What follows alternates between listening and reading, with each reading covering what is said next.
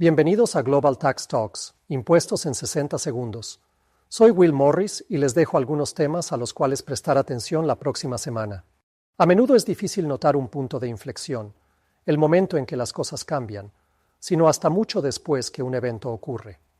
Pero puede que lo ocurrido hace unos días haya sido ese punto de inflexión para la OCDE.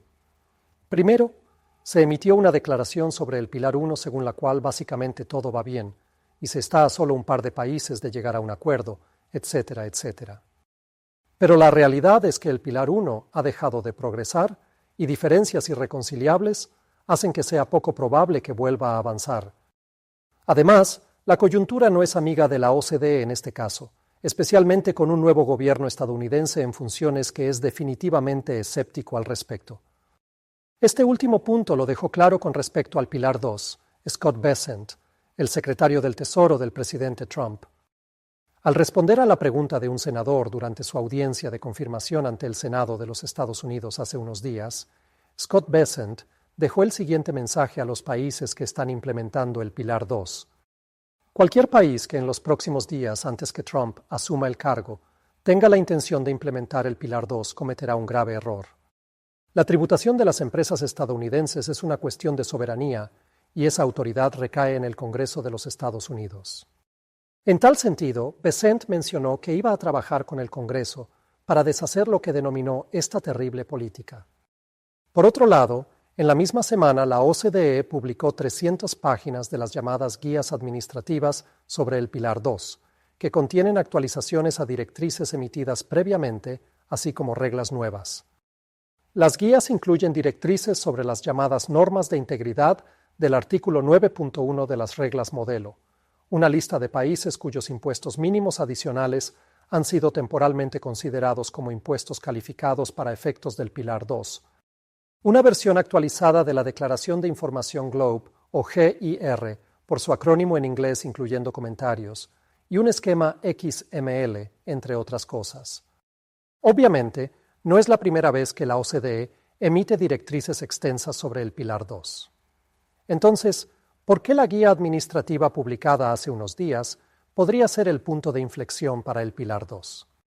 Bueno, en realidad es la esencia de los documentos publicados. La guía sobre GIR demuestra cuán increíblemente complejo es este proyecto. ¿Y con qué fin? ¿Para generar impuesto adicional de Pilar 2 en unos pocos países? Cada vez que se publican directrices de la OCDE, estas son más prescriptivas o estrictas que las anteriores.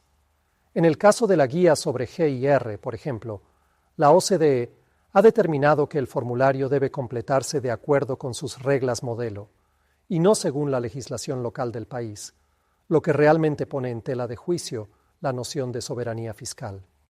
Y si existen diferencias entre las reglas modelo y la legislación local del país, se debe informar el impacto de esas diferencias en la GIR, lo que agrega otro nivel de información y complejidad. Una vez más, ¿con qué fin? En cuanto a la regla modelo 9.1, que contiene reglas de transición sobre impuestos diferidos, lo publicado la semana pasada requiere que ciertos beneficios, en este caso los activos por impuestos diferidos, se desestimen para el Pilar 2 cuando la OCDE considere que el contribuyente ha obtenido una ventaja inapropiada. Pero estamos lejos de llegar al final de esta cuestión, y la OCDE anunció que seguirá trabajando en esta área para identificar y eliminar otros beneficios inapropiados, incluidos los otorgados por entidades de promoción de inversiones y gobiernos subnacionales, que buscan dar incentivos a los contribuyentes tales como créditos fiscales o subvenciones gubernamentales. Esto es extraordinariamente amplio y parece destinado a detener cualquier uso de incentivos, sin importar cuán beneficiosos crea una nación soberana que estos puedan ser. Pero lo más desconcertante de estas directrices es que se publicaron 5 días antes de que un nuevo presidente de los Estados Unidos jure el cargo. La administración entrante y el Congreso estadounidense han dejado muy en claro sus puntos de vista. En estas circunstancias, a pesar de que se advirtió a la OCDE, públicamente y en privado, incluso a través de miembros del Congreso, que no se apresurara con estas medidas en este momento, la OCDE siguió adelante. Una pausa no habría sido sensata o incluso respetuosa. Y para ser claro, Diría lo mismo si este fuera un nuevo gobierno en Alemania o Francia, o en cualquier parte del mundo. Creo que se cometió un error. Entonces, podría ser que las directrices de hace unos días, tanto por su contenido como por el cuestionable momento en que se emitieron, sean el punto de inflexión en el que las dudas de otros países sobre el Pilar 2 finalmente exceden su confianza en él?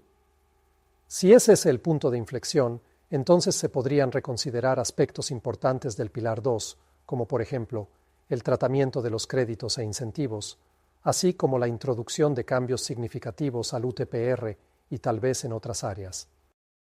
Ya veremos, pero definitivamente parece que el clima está cambiando. Gracias por sintonizarnos y regresen la semana que viene para que no se pierdan las novedades en la tributación global.